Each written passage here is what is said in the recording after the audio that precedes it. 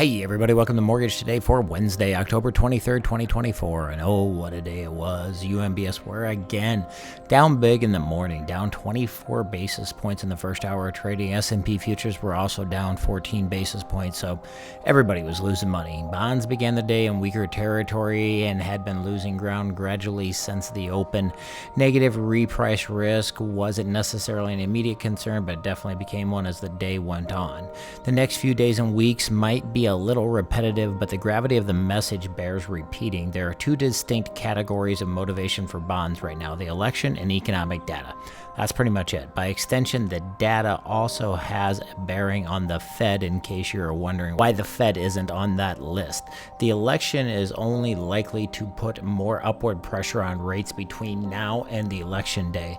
Then, depending on the winner in the Senate elections, a red sweep is the biggest fear for rates. There would be a big pop higher or lower. Meanwhile, economic data is as important as ever, with traders fearing that next week's job report could frame the summertime labor market slowdown as a big head fake.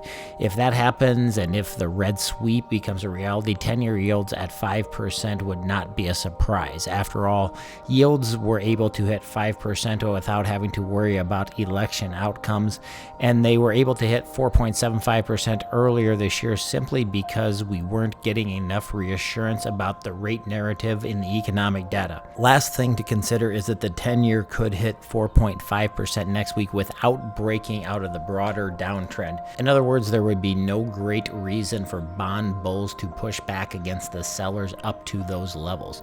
Although polling data indicates that it's a close race, betting markets are increasingly predicting a Trump win. Both sides accuse the other of painting the tape, with Democrats accusing bad foreign actors of placing bets to influence the odds, while Republicans accuse Democrats of releasing partisan over-D sample polls into the overall mix. Presumably, a Trump win would be bad for bonds, as tariffs would raise prices, and a more pro-business regulatory regime would be better for the economy overall, which will keep the Fed from cutting rates as aggressively. Remember, a hot economy, which is what we've had for a long time, leads to inflation, which keeps us from, lowering interest rates. A Trump presidency would also bring back a big debate over what to do with the GSEs. Blackstone Incorporated Chief Executive Officer Steve Schwarzman, who kind of controls the economy, said that the U.S. is likely to avoid a recession regardless of who wins the presidential election. It's kind of up to him, as both candidates have policy proposals that appeal to growth. I don't see a recession risk because the economy is pretty strong, and both of the candidates keep mentioning a lot of stimulative policies. Our morning commentary resulted in a widespread questions regarding a red sweep being associated with higher rates. Half of those were born out of genuine curiosity, half were incredulous.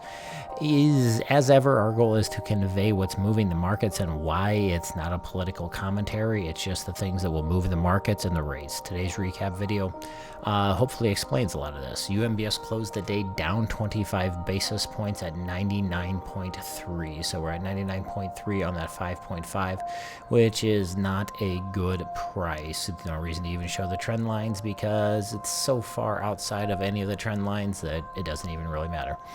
On other news, in non-bond market news that sounds pretty cool, is Amazon-backed startup Anthropic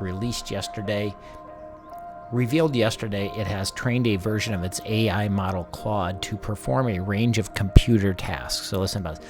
To perform computer tasks, including browsing the web, not that big, opening applications, okay, you have my attention, and imitating keystrokes and button clicks.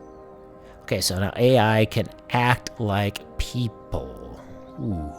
And the ability called computer use expands Claude from a chatbot to an AI agent, a bot designed for specific tasks on behalf of a person, which is pretty cool as long as they only do good things.